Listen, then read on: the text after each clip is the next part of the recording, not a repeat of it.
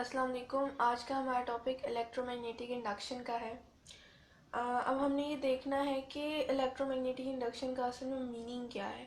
तो इसको हम कुछ डिस्कवरीज से जो है वो एसोसिएट करेंगे और उसके बाद एक मेथड है जिसके ज़रिए हम आपको इसका बेसिक प्रिंसिपल भी बताएंगे जो कि यूज़ होता है बहुत सी जो है अप्लायंसेस में और डेली लाइफ में।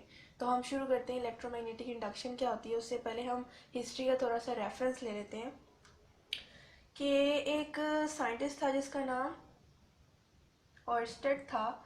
उसने जो है डिस्कवर किया था कि इलेक्ट्रिक करंट जो है जब भी प्रोड्यूस होती है किसी भी करंट कंडक्टर में, करंट कैरिंग कंडक्टर में, तो वो प्रोड्यूस करती है magnetic field. Magnetic field produce करती है। तो जब ये उसने डिस्कवर किया था तो बहुत से साइंटिस्ट जो हैं उन्होंने इसका रिवर्स इफेक्ट जो है उसको भी पॉसिबल करने की कोशिश की कि ऐसा भी मुमकिन हो सकता है कि अगर इलेक्ट्रिक करंट जो है मैग्नेटिक फील्ड जो है प्रोड्यूस कर सकता है जब भी किसी कंडक्टर में करंट पास करे, तो उसकी सराउंडिंग में जो है वो मैग्नेटिक फील्ड प्रोड्यूस हो जाती है। तो साइंटिस्ट ने कहा कि अगर इलेक्ट्रिक करंट के पास होने से मैग्नेटिक फील्ड प्रोड्यूस हो सकती है तो इसका रिवर्स प्रोसेस भी हो सकता है, और जो है मैग्नेटिक फील्ड जो है वो इलेक्ट्रिक करंट भी प्रोड्यूस कर सकती है और उसे करनी चाहिए। तो इस चीज़ के लिए कि ये कैसे प्रोड्यूस होगी, 1831 में मिकाइल फैराडे एक साइंटिस्ट था और साथ ही जोसेफ हेनरी। मिकाइल फैराडे जो है उसने इंग्लैंड में, जबकि जोसेफ हेनरी ने यूएसए में। एट द सेम टाइम 1831 में जो है ये ऑब्जर्व किया कि जो है कंडक्टर को जब हम अक्रॉस द मैग्नेटिक फील्ड जो है मूव कराते हैं तो इलेक्ट्रिक करंट जो है वो प्रोड्यूस होता है। तो इस चीज़ को जो है उन्होंने observe at the same time किया था 1831 में। और उन्होंने ये जो है बात जो है की थी कि अगर एक मूविंग कंडक्टर के साथ अगर हम एक सेंसिटिव गलवानोमीटर लगा दें तो वो जो है उस वक्त तक डिफ्लेक्शन और या करंट को शो करेगा, करंट की प्रेजेंस को शो करेगा जब तक हम कंडक्टर को across the magnetic field move कराते रहेंगे। और जो ईएमएफ प्रोड्यूस होगी कंडक्टर के अंदर मूव करवाने से मैग्नेटिक फील्ड के अक्रॉस, उसको हम इंड्यूस्ड ईएमएफ बोलेंगे। जो ईएमएफ प्रोड्यूस होगी उसे इंड्यूस्ड ईएमएफ बोलेंगे। और इंड्यूस ईएमएफ से मतलब है कि पोटेंशियल डिफरेंस जो है वो जनरेट हो जाता है इन द कंडक्टर, और इसके जनरेट होने से करंट जो है वो फ्लो करना जो शुरू कर देगा कंडक्टर के थ्रू। तो उस करंट को जो कि इंड्यूस ईएमएफ से जो है वो जनरेट हुआ है और कंडक्टर के अंदर से फ्लो होना शुरू हो गया है, उसको हम कहेंगे इंड्यूस्ड करंट। ऐसा फिनोमिना जिसके अंदर हम मैग्नेटिक फील्ड के थ्रू इलेक्ट्रिक करंट को प्रोड्यूस करवाएं by moving the conductor across the magnetic field, तो जो उसमें इंड्यूस ईएमएफ प्रोड्यूस होगा उसके थ्रू इंड्यूस करंट जो प्रोड्यूस होगा उस फिनोमिना को हम इलेक्ट्रोमैग्नेटिक इंडक्शन बोलते हैं। ये था इसका बेसिक जो है सारे रेफरेंस कि ये हिस्ट्री से कैसे रिलेटेड है और इसका क्या मतलब है इस फिनोमिना का। तो अब हम चलते हैं कि हम असल में इंड्यूस ईएमएफ, ये बात अभी क्लियर नहीं हुई है कि इंड्यूस ईएमएफ और इंड्यूस करंट आखिर प्रोड्यूस कैसे होता है, तो हम उसको देख लेते हैं कि कैसे होता है। हमारे पास इंड्यूस ईएमएफ प्रोड्यूस करने के बहुत से जो है वेज हैं। उनमें से हमने वन जो है यहाँ पर मैंने एक सेटअप ड्रॉ किया है, इसके थ्रू हम ये देखेंगे कि इंड्यूस ईएमएफ आखिर प्रोड्यूस होता कैसे है। अब हमने ये जो अब हम देखने लगे हैं, ये हमने देखना है कि इंड्यूस्ड ईएमएफ और फिर उसके थ्रू ही इंड्यूस्ड करंट कैसे प्रोड्यूस होता है। तो इसको प्रोड्यूस करने के लिए जो हमने अपरेटस में जो है लिया है वो है लूप। ये करंट कैरिंग लूप है जिसके साथ एक सेंसिटिव गलवानोमीटर जो है वो अटैच है, और ये दो मैग्नेट है, परमानेंट मैग्नेट है, जो कि नॉर्थ से साउथ तक मैग्नेटिक फील्ड की डायरेक्शन हमेशा होती है, ये हमेशा याद रखना है। और जो है अब हमने शुरू में इस करंट कैरिंग लूप को, जिसके अक्रॉस हमने कोई बैटरी नहीं लगाई, यानी कि इसके अंदर करंट पास अभी नहीं कर रहा, क्योंकि इसके अक्रॉस हमने बैटरी नहीं लगाई। जब बैटरी नहीं लगाई तो करंट कैसे पास करेगा। गलवानोमीटर अटैच किया गया, अगर करंट पास करे, जो हम इंड्यूस्ड करंट अब प्रोड्यूस करवाने लगे हैं मैग्नेटिक फील्ड के क्रॉस, तो जब वो करंट पास करेगा तो गलवानोमीटर हमें डिफ्लेक्शन शो करेगा कि करंट पास कर रहा है या नहीं। तो अब हम देखते हैं कि कैसे। शुरू में क्या होता है कि हम जब लूप को मैग्नेटिक फील्ड के अंदर एट रेस्ट पोजीशन पर रखते हैं, यानी कि इसको मैग्नेटिक फील्ड में तो ये मौजूद है लेकिन हम इसको यहाँ पर मूव नहीं करवा रहे, ये एट रेस्ट है फिलहाल। तो क्या होगा कि गलवानोमीटर कोई डिफ्लेक्शन शो नहीं करेगा, मीन्स कि कोई इंड्यूस्ड ईएमएफ जो है वो जनरेट नहीं हुई है और ना ही कोई इंड्यूस्ड करंट भी फ्लो करेगा अक्रॉस द लूप। लेकिन जैसे ही हम लूप को फ्रॉम लेफ्ट टू राइट जो है वो अक्रॉस द मैग्नेटिक फील्ड जो है वो मूव करवाना शुरू कर देंगे, तो वैसे ही गलवानोमीटर डिफ्लेक्शन शो करेगा, जिससे हमें पता लगेगा इंड्यूस ईएमएफ जो है वो प्रोड्यूस हुई है, जिसकी वजह से इंड्यूस करंट जो है वो फ्लो करना शुरू हो गया है अराउंड द लूप। तो ये चीज़ें हैं जिससे हमें ये पता लगता है कि मैग्नेटिक फील्ड के अक्रॉस जो हम कंडक्टर को मूव करवाते हैं सिर्फ तभी इंड्यूस ईएमएफ जो है जनरेट होती है, वरना एट रेस्ट पर नहीं होती है। क्योंकि एट रेस्ट पर क्या है कि मैग्नेटिक फील्ड जो उसके अंदर से पास आउट हो रही है वो कांस्टेंट है, वो चेंज नहीं हो रही है। लेकिन जैसे ही हम इसको from left to right move करवाएंगे, इसकी जो है मैग्नेटिक फील्ड लाइंस जो हैं जो इस लूप में से पास करेंगी वो भी चेंज होगी। Number of change of lines of magnetic field जो है across the loop induce EMF जो है वो प्रोड्यूस करवाएंगी। और हमें इस चीज़ से फिर ये भी पता लगता है कि अगर हम लूप को from left to right move करवाते हैं तो असल में चेंज क्या होता है, चेंज होता है मैग्नेटिक फ्लक्स। मैग्नेटिक फ्लक्स का मतलब है कि number of magnetic field lines per unit area से पास करें। अब हम जब इसको मूव करवाते हैं फ्रॉम लेफ्ट टू राइट तो जो number of magnetic field lines है वो चेंज होती हैं। यहाँ पर सपोज कि 1 पास कर रही है, जब हम लेफ्ट टू राइट इसको मूव करवाएंगे तो इसके अंदर से जो लाइंस हैं वो शायद 2 to 3 पास करें। तो number of magnetic lines change हो रही है, मीन्स कि मैग्नेटिक फ्लक्स यहाँ पर चेंज हो रहा है, जिसकी वजह से करंट जो इंड्यूस करंट है वो जनरेट होगा अक्रॉस द लूप। तो असल में इस चीज़ की रीज़न ये है। और अगर हम लूप की बजाय लूप को एट रेस्ट पर रखकर परमानेंट मैग्नेट को लूप के अक्रॉस जो है वो मूव करवाना शुरू कर दें, मतलब कि हम जिस तरह लूप को यहाँ पर मूव करवा रहे हैं द मैग्नेटिक फील्ड, हम उसकी जगह लूप को एक जगह परमानेंट फिक्स करके हम नॉर्थ और साउथ परमानेंट मैग्नेट्स को इसके अक्रॉस मूव करवाने लग जाए, तो तब भी सेम रिजल्ट हमें नजर आएगा, तब भी इंड्यूस ईएमएफ प्रोड्यूस होगी। जाहिर है क्योंकि लूप के अंदर से तब भी मैग्नेटिक जो है लाइंस ऑफ फोर्सेस वो चेंज होंगी और जो है वो हमें इंड्यूस करंट जो है वो डिफ्लेक्शन शो होता हुआ गलवानोमीटर में नजर आएगा।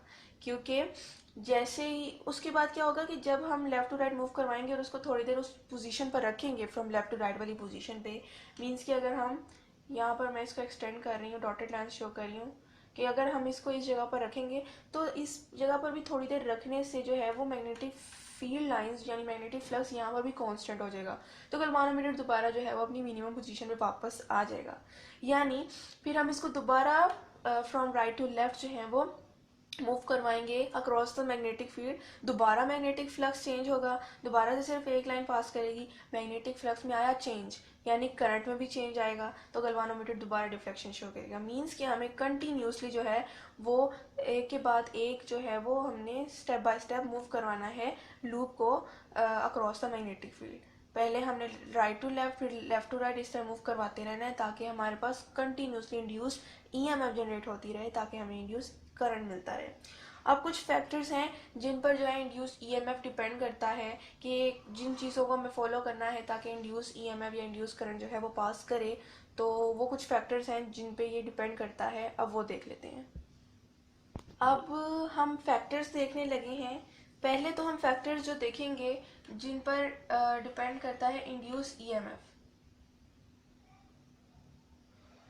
पहले हम इसके फैक्टर्स देख लेते हैं, फिर हम इंड्यूस करंट के फैक्टर्स देखेंगे कि जिन फैक्टर्स पे ये डिपेंड करता है प्रोड्यूस होने के लिए। जो पहला फैक्टर वो ये है कि जिस स्पीड से हम मूव करवाएंगे ना कंडक्टर को उतना ही इंड्यूस ईएमएफ प्रोड्यूस होगा। मीन्स कि हम इस लूप को जब हम मैग्नेटिक फील्ड में जिस स्पीड से मूव कराएंगे, ज़्यादा स्पीड होगी तो ग्रेटर इंड्यूस ईएमएफ जो है वो प्रोड्यूस करेगा। तो ये चीज़ ऑब्जर्व की गई है तो यहाँ पर हम लिखते हैं कि स्पीड ऑफ कंडक्टर। अब वो कंडक्टर लूप भी हो सकता है, वायर भी हो सकती है, बस करंट कैरिंग होना चाहिए। दूसरा हमारा जो पॉइंट है जिस पर इंड्यूस्ड ईएमएफ डिपेंड करता है वो है रेजिस्टेंस ऑफ द लूप।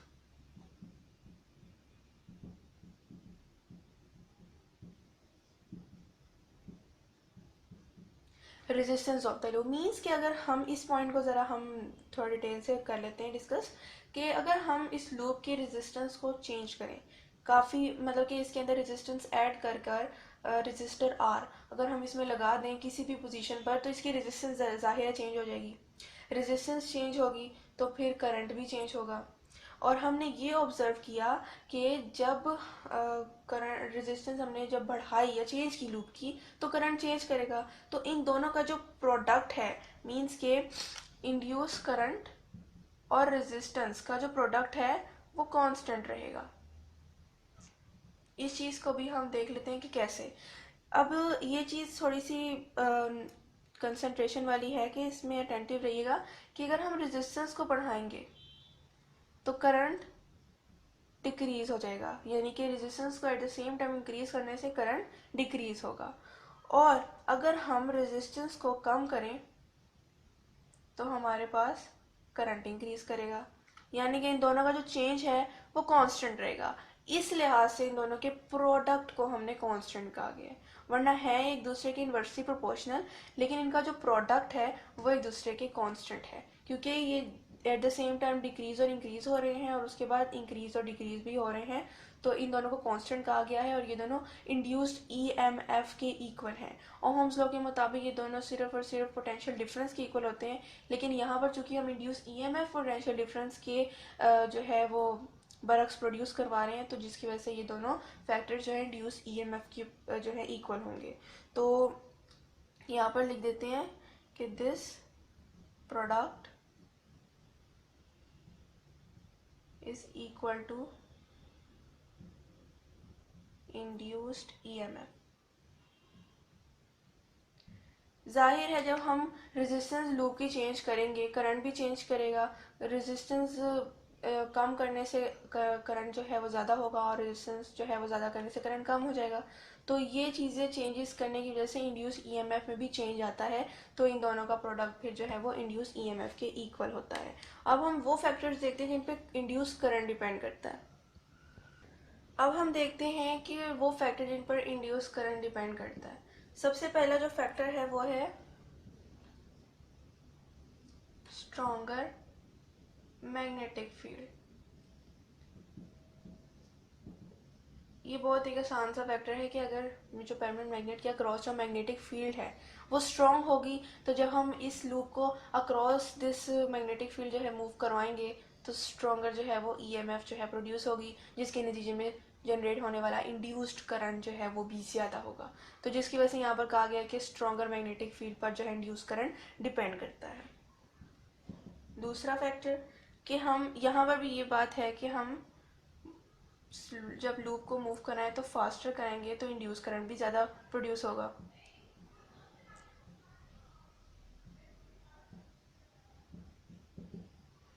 एक ये हो गया हमारे पास फैक्टर, ये मैंने आपको इंड्यूस ईएमएफ में ही बता दिया था कि ये कैसे है। और जो थर्ड है कि अगर हम लूप की जगह अगर हम ऐसी कॉइल रखें जिसमें नंबर ऑफ टर्न ज़्यादा हो, नंबर ऑफ टर्न ज़्यादा होने से करंट ज़्यादा फ्लो करता है। ये हमेशा ये बात याद रखिएगा कि नंबर ऑफ टर्न जब हम किसी per unit volume of loop का बढ़ा देंगे या कॉइल का, तो उसके अंदर जो पास आउट होने वाला इंड्यूस करंट है वो भी ज़्यादा होगा as compared to the straight loop.